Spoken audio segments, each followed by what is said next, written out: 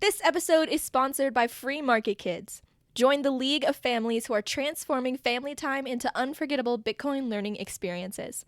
With our Hodl Up Bitcoin mining board game, you're not just playing, you're building bridges, creating memories, and unlocking the brilliance of the future one block at a time.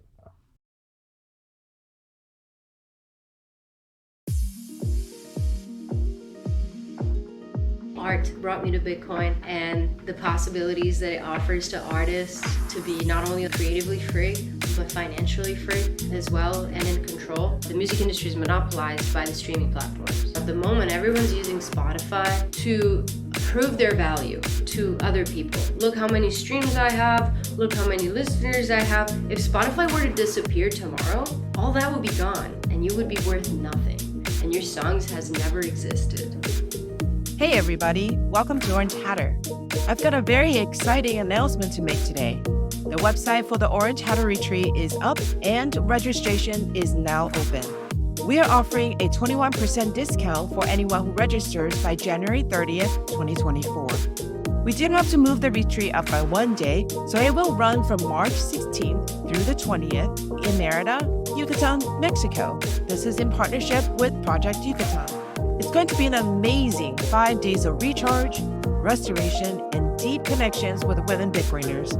It will be an absolutely incredible chance to meet like-minded women and form friendships that will last a lifetime. Please go to the website www.orangehatter.com/Yucatan. And I will see you in Mexico. And now on to our very wonderful guest. Enjoy. Welcome to Orange Hatter. Very, very excited to have you here. Can't wait to dive into your story. We're going to talk a lot about music and art, preserving it on the blockchain, a subject that I think a lot of people are somewhat confused about. So excited to have you here to share your experience with us. Welcome to Orange Hatter. Thank you so much for having me. I'm excited to be here.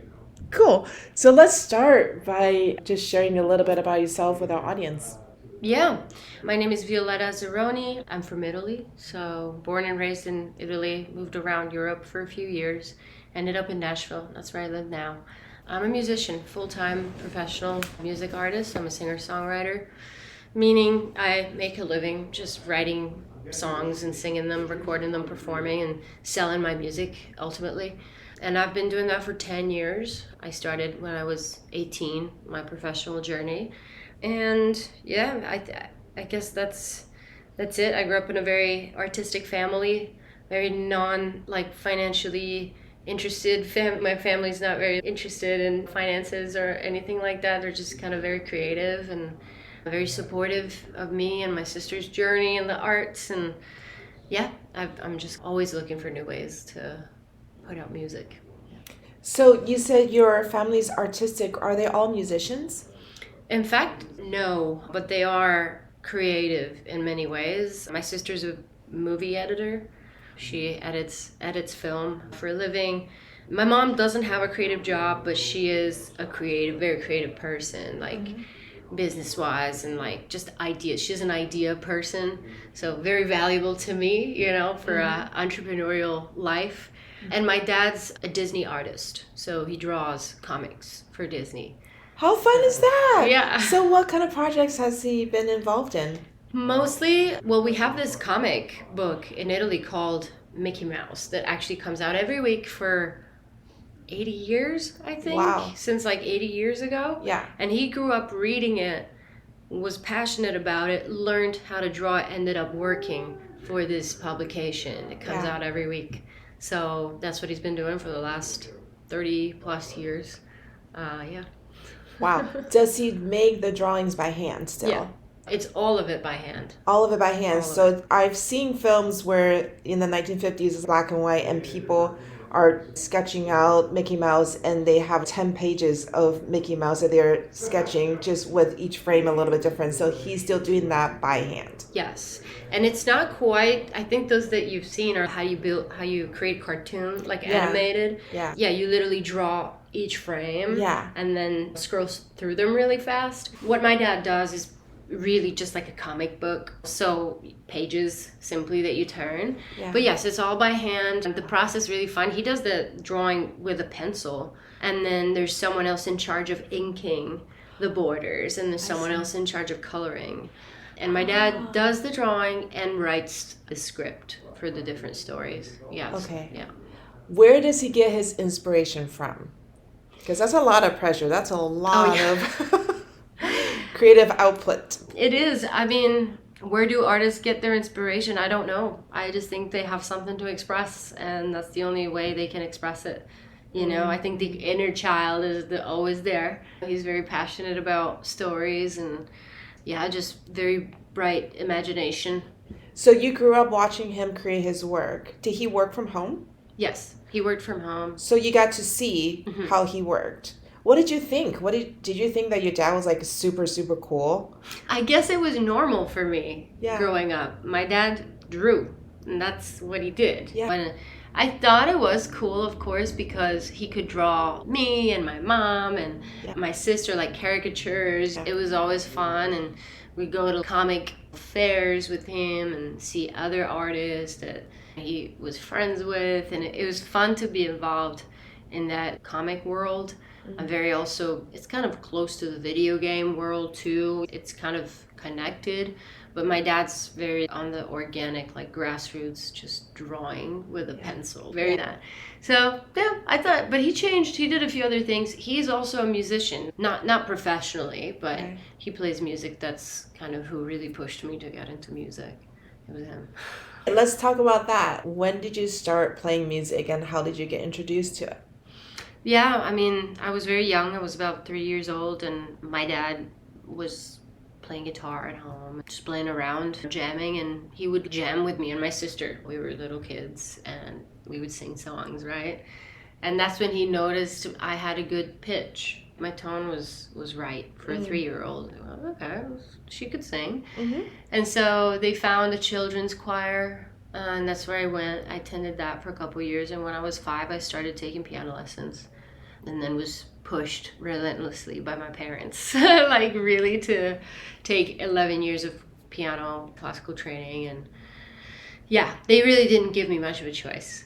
Yeah. You know, at the time, they would say, okay, well, if you don't want to do it, you can quit. But then when your parents give you an ultimatum like that, you're like, oh no, I'm going to let them down. Like, you don't want to quit.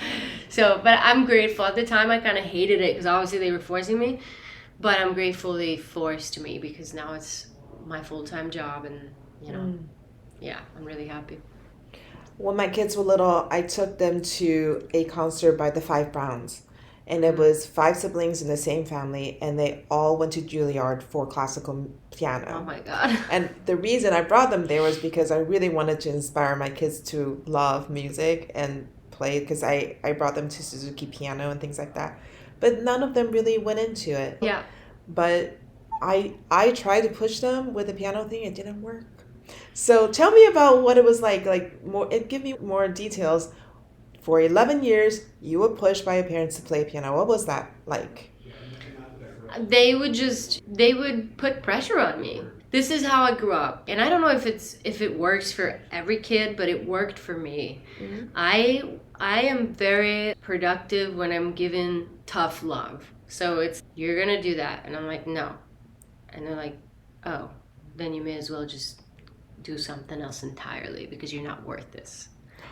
That works for me. That incentivizes me. I'm not saying it's good for everybody, but for me, it's what a lot of the times in my life when I was almost challenged to quit because I was like, I can't do this, and then I would see like someone that I know loves me and I know has my back is telling me, I believe in you. You can do this. And if you don't, well, I guess you're not so strong after all. That works for me. Okay. So if someone believes in me more than I do believe in myself, that's inspiring to me.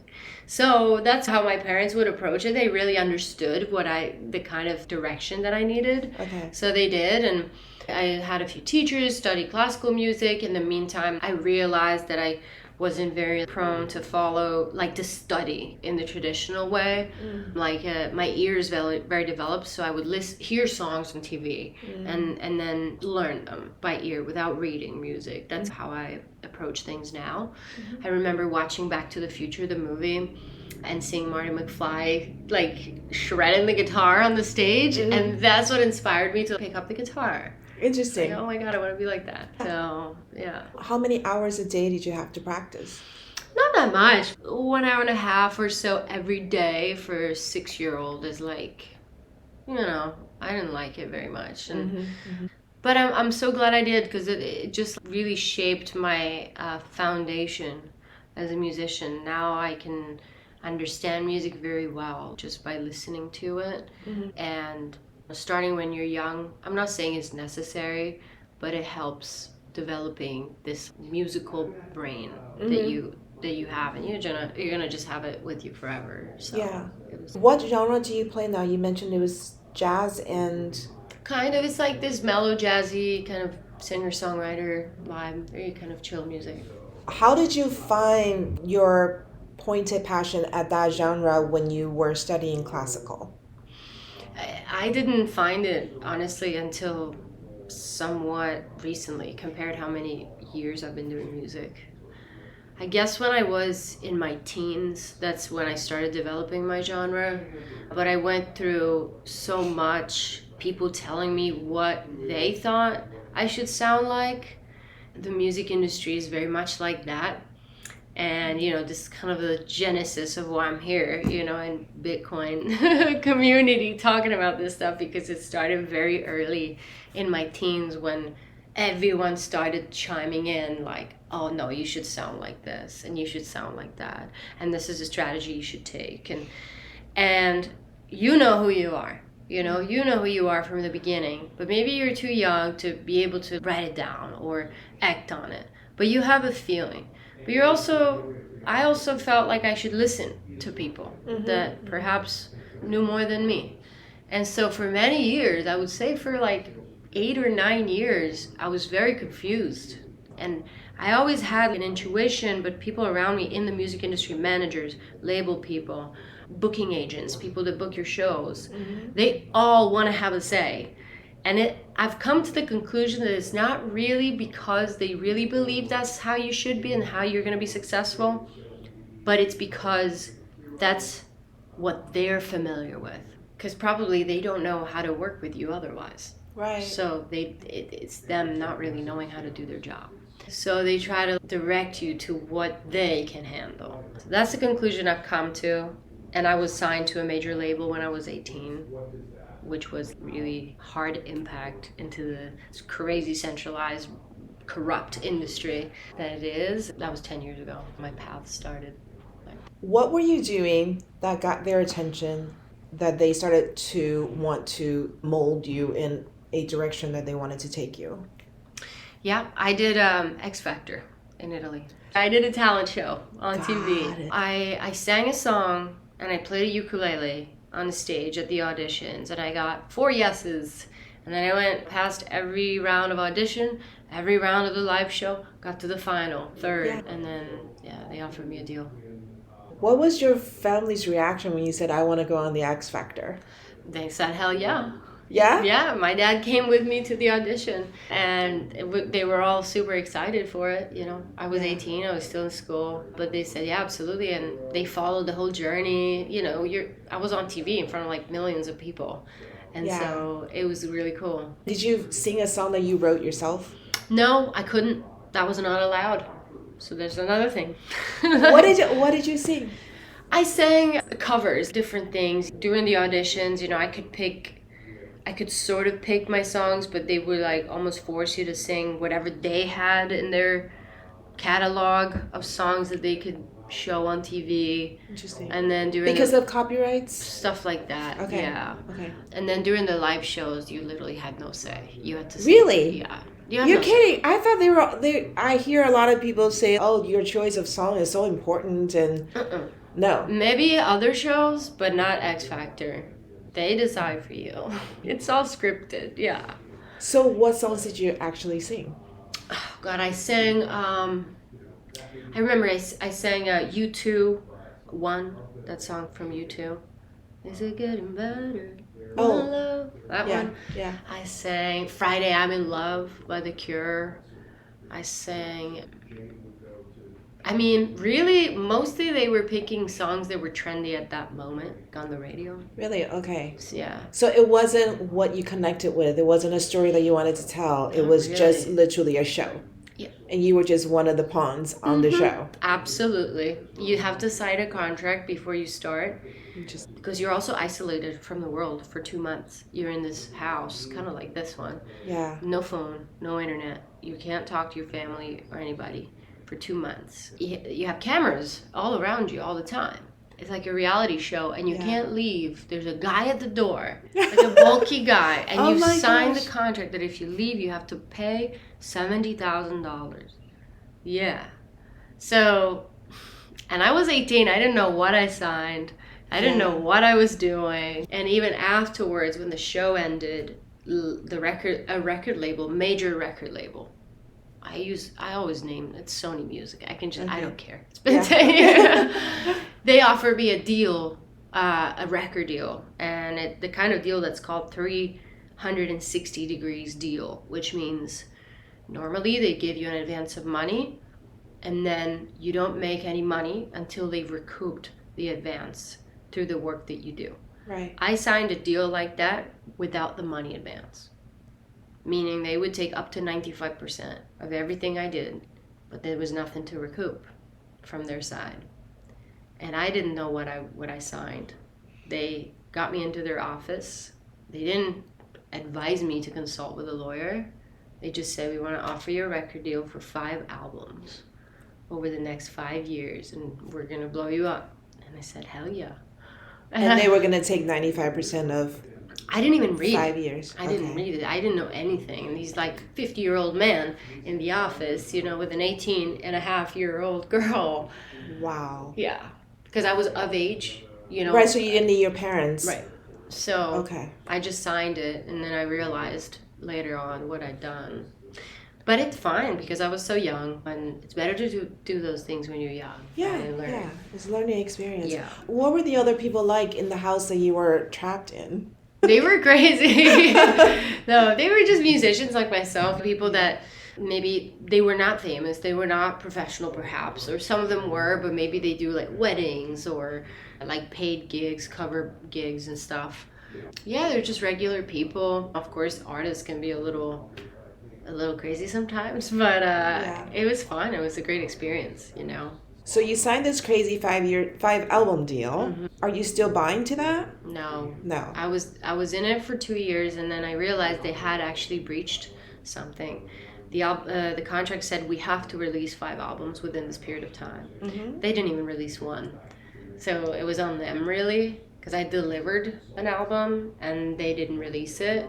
And so I went up to them by myself. I said, guys, I don't think this is working out. Can we just part ways peacefully? And they said, okay. And so I moved on. Were you able to take your album with you? I was. They Okay. sold back the master to me. So, Okay. yeah. So that's good. That's so interesting, that whole business model with the X Factor. It's stupid. The whole business model in the music industry is like a really terrible predatory loan. Imagine if a bank, gives you a mortgage. You're not gonna not make money until you've paid it back. You're gonna pay little by little, right? Right. But you have to live. Right. With a label, it's different. They give you a loan, and you're not allowed to make any money until you've paid it off. Right. So imagine they give you $500,000, which is impossible to make, and nowadays music industry is really hard. What are you gonna do? Literally, they're gonna, spend some of that money for your promotion, etc. What if it doesn't work? What if it doesn't work out? Then they're gonna give you half of that to live. You can live off of that, maybe for a year or two, buy a house, whatever. But they're never gonna make that money back, and then you can't make any money. At all. Until with it's your recouped. music. Yeah, all the money that you generate goes back to them. Right. And so many artists just end up, being poor or being broke and not knowing what they've gotten themselves into, because the industry makers keep them out of the conversations, including managers. Music managers are not involved. It's not them. It's not their name. So they do what's beneficial to them. So you really can't trust anyone. So the musicians are really being exploited 100%. in this industry. 100%. Why do you say musicians can't make $500,000 these days? You see all these big stars living up the big life. You see them for sure, but those are 0.1% of the musicians in the world. There are hundreds of millions of really talented musicians out there that it's really hard for them to build communities, perhaps that are smaller but better, because the music industry is monopolized by the streaming platforms. So if you don't have a presence over there, then you're basically irrelevant in the bigger picture. And if you have a presence over there, you're not really making that much money, because not many people know, but every stream on Spotify equals to 0.003 cents of a dollar. So if you have 1 million streams, you're only making $3,000. In some cities, you can't even pay 1 month rent. And it's 1 million streams. How much time does it take to get 1 million people to listen to your song? Right. So Snoop Dogg came out with an article the other day. He had 1 billion streams and made $45,000. 1 billion streams. Because everyone's taking a piece of the pie, and it's just it's really hard, even for people like him, he doesn't need money. He's big, he's famous, but he's one of the few that's speaking up about this. And so musicians are exploited by everyone, and they would rather have fame than wealth or just be able to survive off of your music. They'd rather millions of people listen to your song and you make zero than 1,000 people listen to your songs and you making a good living. So is that a choice? Is that just a strategic choice for musicians for the sake of art? I think it's kind of for the sake of ego, to be honest. Okay. And this is a hot take, but in my opinion, if you're an artist, you shouldn't really care. If what makes you happy is making your art for a living, that should be satisfying to you. It's not about how many people see this, but can I make my art for a living and not do anything else? Yeah, then you're successful. Not like the vanity metric. 10 million people listen to. So it is a choice, but at the same time, it's become the standard of the music industry. Anyone will tell you if you don't have 1 million Spotify listeners or 1 million TikTok followers, you're irrelevant.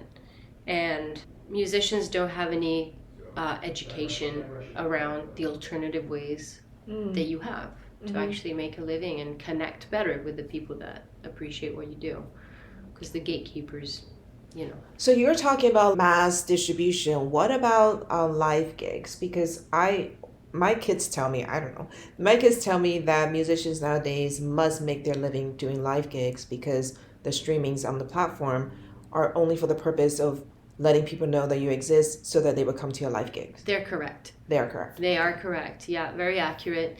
And that's what I did until a couple of years ago.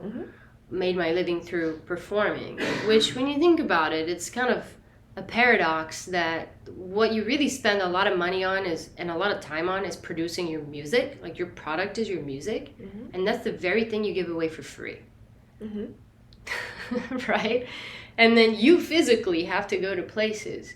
In the era of the internet, you physically have to go to places when it could be so easy to just sell music online.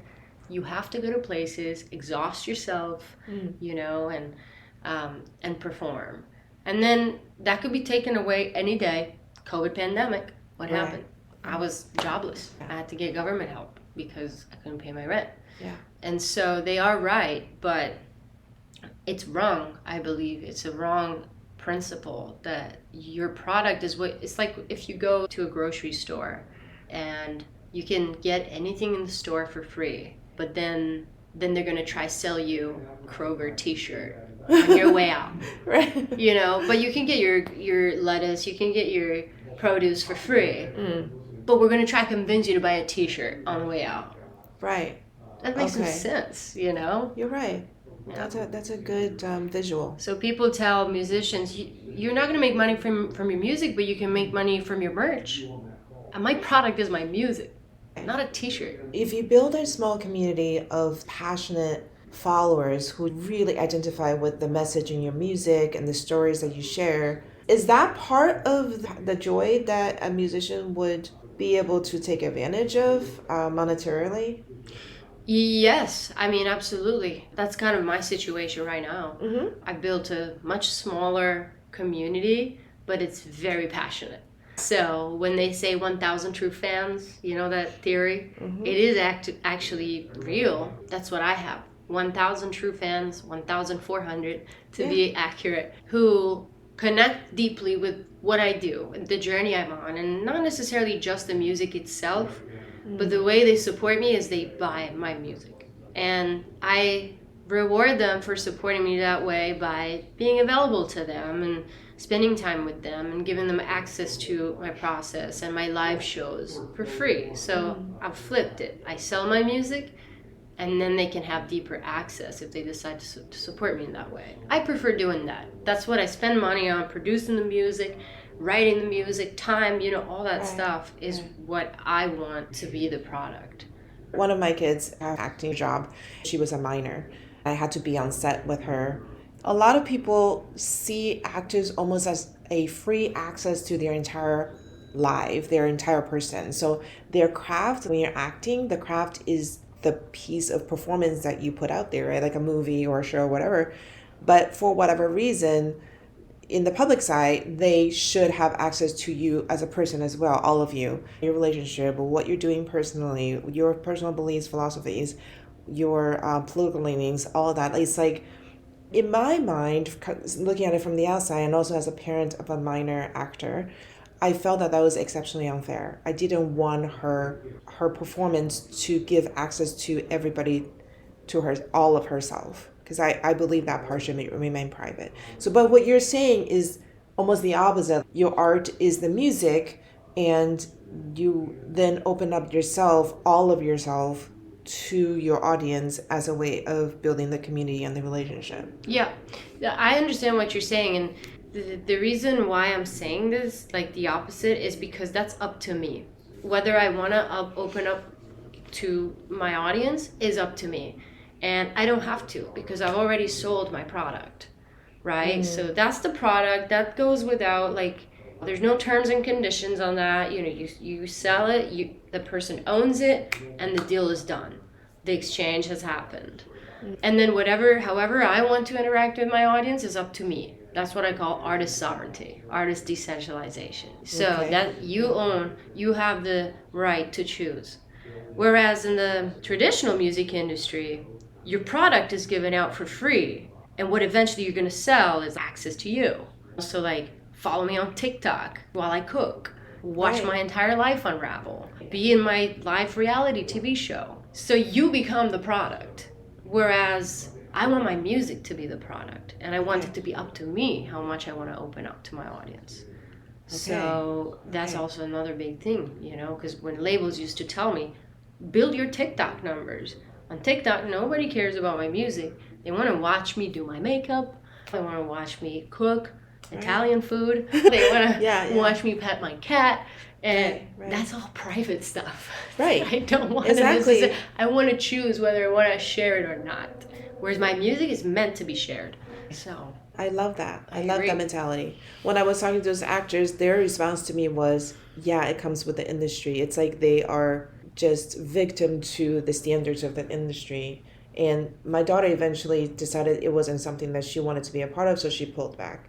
So that was the end of that. But I love what you're saying, and I feel like this is a really great segue into the whole idea of Bitcoin, decentralized system. So let's dive into that. How did you come across Bitcoin, and what was your first reaction? Well, obviously, I've been an advocate for this kind of self-sovereignty, independence from an artist standpoint for the last 10 years. Since I had that encounter with the label, I was like, something's off. How is a group of men deciding for me? So that was kind of the genesis of that mentality. But practically how I encountered Bitcoin, to be honest, I got into NFTs, Ethereum blockchain NFTs, a couple of years ago, because I was looking for an alternative way to proliferate my music, put it on a ledger that I could control, and find a community that I could communicate with directly. So that's how I found Ethereum and NFTs. I put out almost 10,000 music NFTs and sold them, built a community. It's about 10 songs, about 1,000 copies for each song. It's a very complex structure, but just so you get to decide how many copies of each song you distribute. And sell them individually, each copy. How does that work? You create through smart contracts, and I know this is about Bitcoin, so I don't want to like delve too much into Ethereum, but it's kind of what led me to Bitcoin in the end, which, smart contracts allow you to create a specific amount of tokens, non-fungible tokens, that you can link metadata to. And it can be songs or media or whatever. And you can create as many as you want and make them look however you want, and literally determine your supply, your dilution, and your cost, and the properties of this token, and create your economy, your record store. And so I was able to do a few collections, a few albums, for a total of about 10,000 NFTs with a few different songs. Art, my dad participated in the art for the design and stuff. So that's what I did. And that I did that for a long time, about a year and a half. And then about 8 months ago, so I'm pretty new, to be honest, but I'm very passionate about it, I heard about Bitcoin Ordinals, which is kind of the equivalent of NFTs, but on Bitcoin, with a few different things about it that makes it even cooler. When they launched back in February, it was like, oh, this is NFTs on Bitcoin. Why should I do it on Bitcoin? I can do it on Ethereum, right?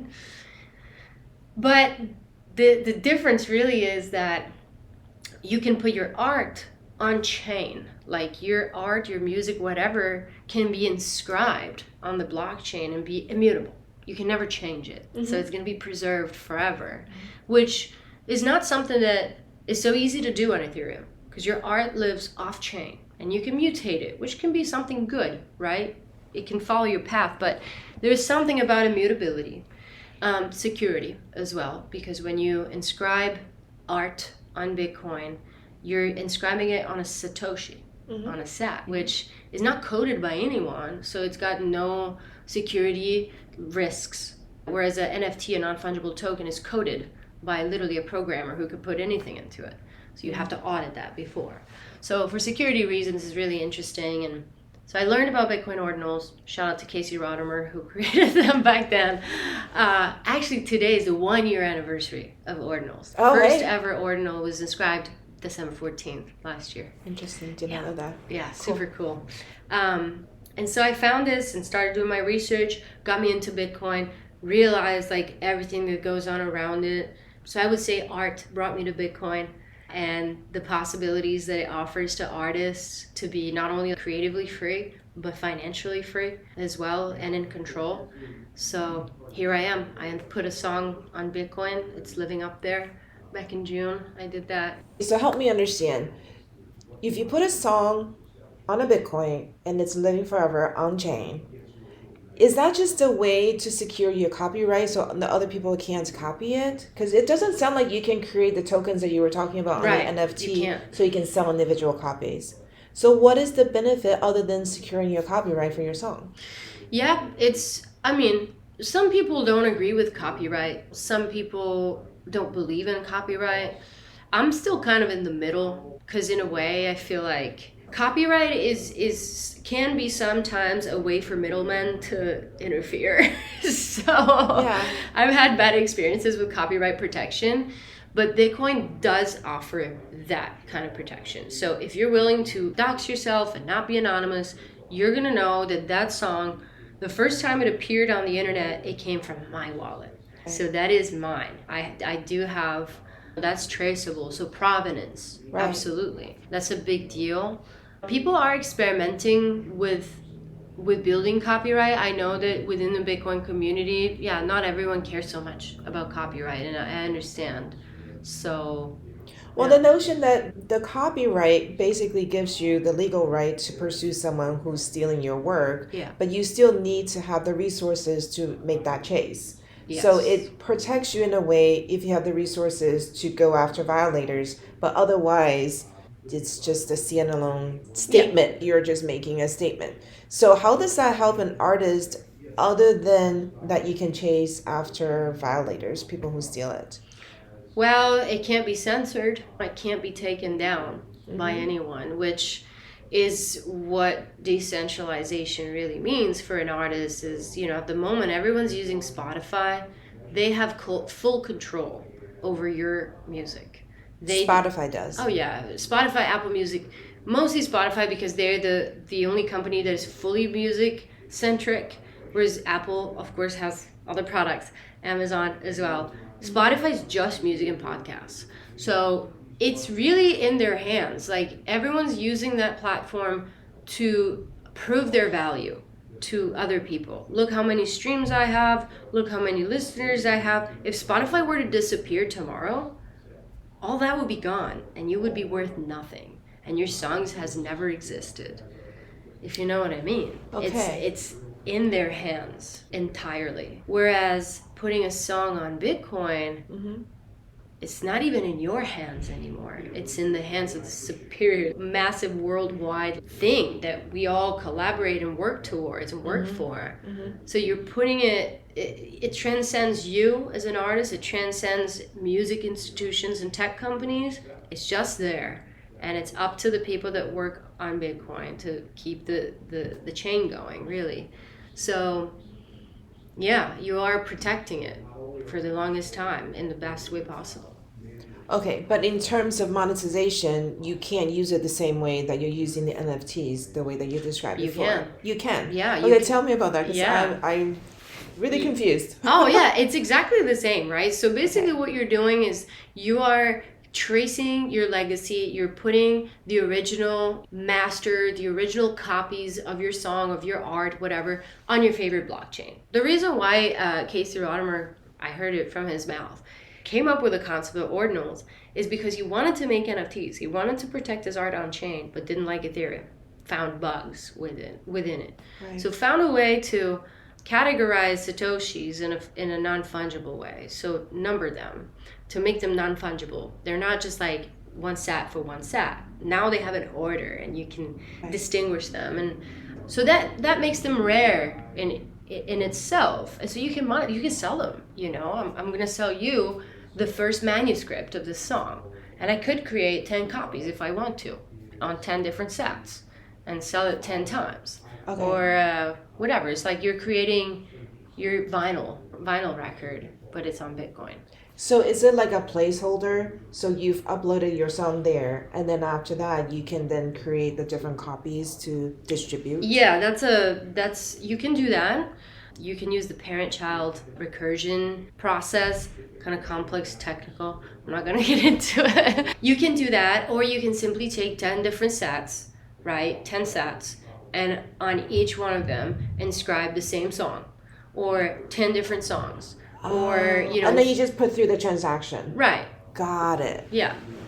Okay. So you end up having, if you wanted to do 10,000 NFTs with 10 different songs and do 1,000 for the same song, you could take 10,000 sats and inscribe them all with art and music. And so is it your intention then that every song you create, you would just have limited distribution so that it increases the value of the song? yes. Okay, so only the people who are truly passionate about your music can get a copy of your song and be able to listen to it and enjoy it every day. Yeah, I mean, people can Okay. still listen, obviously, because you can go to the marketplaces or indexers or whatever, and you can listen. But there's a difference between listening and owning. I treat music as art. So you can look at this sculpture that's hanging here, but that's not going to really mean anything unless you own it. You can enjoy it, look at it, but you can't own it and have all the benefits that come with owning something, right? And so I apply the same thought process to music. You can listen as much as you want, but it really doesn't mean anything. You can't stop people from hearing. In the internet era, you can't stop people from seeing, listening, consuming. So owning becomes very important. So if I bought one of the copies of your music, then that gives me access to whatever it comes with it, as you mentioned, maybe access to your inner circle, access to you live events and things like that, exclusive live events. Yeah, you're collecting my art, right? So think about if you buy a really expensive piece of art from an artist, then you're also buying it to get into their inner circle, right? Because you want to be close to this artist and learn their process and have a relationship with them. So it's very similar. Can you put a smart contract on the song that you sell on the SAT that allows you to collect a portion of the proceeds if someone were to sell the song and then someone else were to sell the song? No. No, not like that. Different. Ordinals, they don't have smart contracts. Okay. Royalty splits are not a thing on Bitcoin that way because we don't have smart contracts that we can program that way. But, I feel like the two things, like Ethereum and Bitcoin in that sense, for media, for art, they serve different purposes, right? So I wouldn't even exclude that one day I have the original master of the song preserved, stored on Bitcoin, and then the copies that I sell to a wider audience with royalty splits, whatever, I'm on Ethereum because it's just more, I can manipulate how I want it based on the situation, right? I want to split the revenue with my co-writer, whatever, I can do it on Ethereum. It's just kind of more flexible in that sense. Got it. But on Bitcoin, it's the safest way to store and preserve. So Okay. yeah. Cool. So you mentioned that you came across Sorry, it's a lot. No, I'm so glad that you were explaining it to me because I was really confused and I see benefits on both sides, just like you said. It depends on your situation, what you want to take advantage of, and it's just wonderful that Bitcoin serves a very specific purpose for security. So you mentioned that when you came to Bitcoin because of art, and then you started to learn about the ethos of Bitcoin, the philosophy and the freedom aspect of Bitcoin. Tell us a little bit more about that. What did you think? Did you know about those aspects of Bitcoin before you came here for the purpose of preserving your music? I'm still learning, so that's my premise. That's why I came here. I'm really I want to be part of the community and learning in depth. I want to be involved in counter culture. I want to be involved in differently thinking people because I've always been that way. So what I really love about the Bitcoin ethos and the community is that people that don't just sit back and say yes master, they ask questions and they want answers and they find solutions to the questions that are not answered. So that's really what I like about it, and it can be applied to finances, everyday life, art. I've been that way with art and music, and so finding a group of like-minded people that are analyzing and researching how to be better, more independent, that aligns with me. And each one of us has their own reasons, right? Why they're here and what they're coming from, but it doesn't matter. All roads lead to Bitcoin. So ultimately, I live in Nashville, which is Music City, and I am not involved at all with the music industry in this city. I can't find the answers I'm looking for there because everyone's just complying with the music industry, the record labels that dominate the city. And it's so cool to me that Nashville is such a growing Bitcoin hub because it's that counterculture that's developing. Right. And me as a musician, I can come here and be with like-minded people. So are you able to connect with other musicians who are not Bitcoiners yet and tell them about Bitcoin and what is their response? It's really hard. Even coming from this industry where you're exploited constantly. Really hard. It's almost like the Stockholm Syndrome situation where you fall in love with your oppressor, quite literally. Somehow there's this intimidation, like, oh, if I don't comply, then I'm going to burn some opportunities for myself. And I've just been through it too many times where I'm like, any of the opportunities that were given to me by somebody else who told me they could help me, didn't work. And I'm better off creating opportunity for myself. And at this point, I speak to record label people, and I quite literally, to their face, tell them, I'm taking your job. So we're putting music on. My last post on Instagram is, I am now fully independent because my music lives on Bitcoin. And nobody can take it down. Nobody. Yeah. Nobody. Not even the CEO of Spotify. And that's independence. But they don't care that much. It's just sad. Okay. So you have a Twitter space, and you go on there and you have your jams, and you receive support from people in the community. Are the musicians that you're jamming with all on board with they are the counterculture of creating music and making a living with music? Absolutely. Yeah, okay. The majority of them are.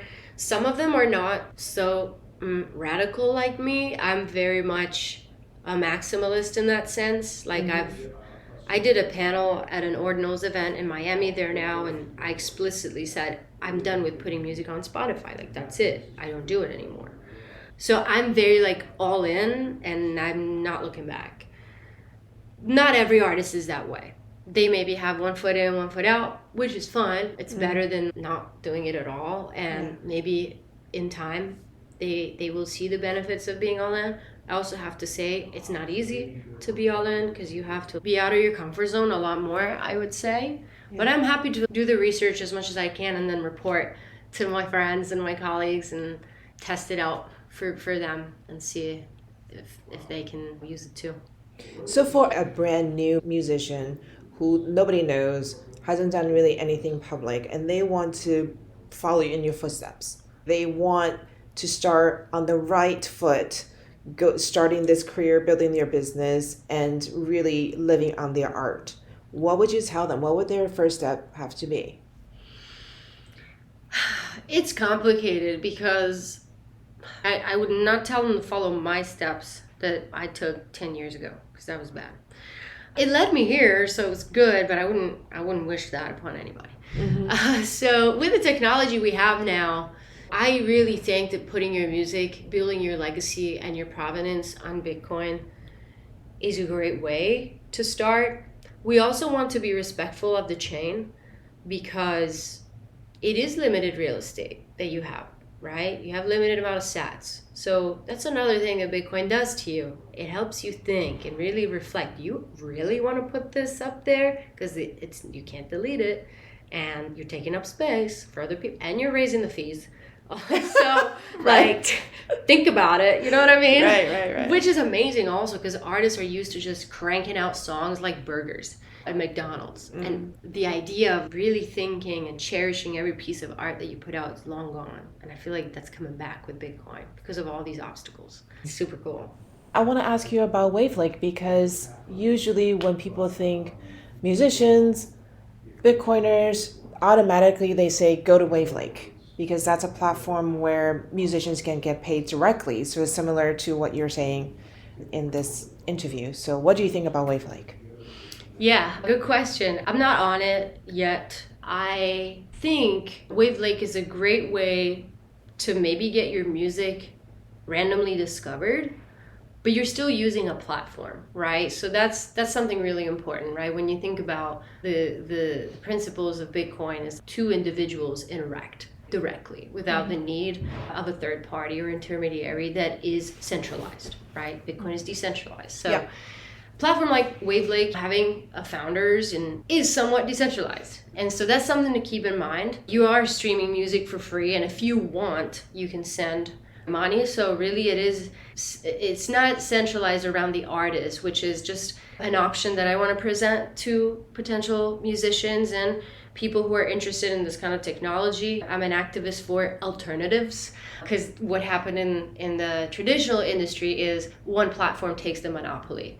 And then there's one person every once in a while that says, well, there's alternatives. So I appreciate what Wavlake does, that it is helping onboarding musicians to Bitcoin. So that's amazing, and ultimately that's our goal.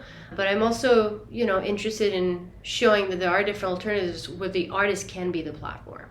I'm my own platform.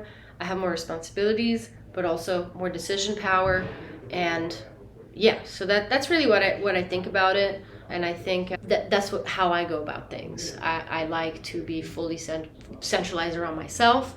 And like I said, I'm pretty extreme about this. So not every artist wants to have this kind of burden as well on their shoulders.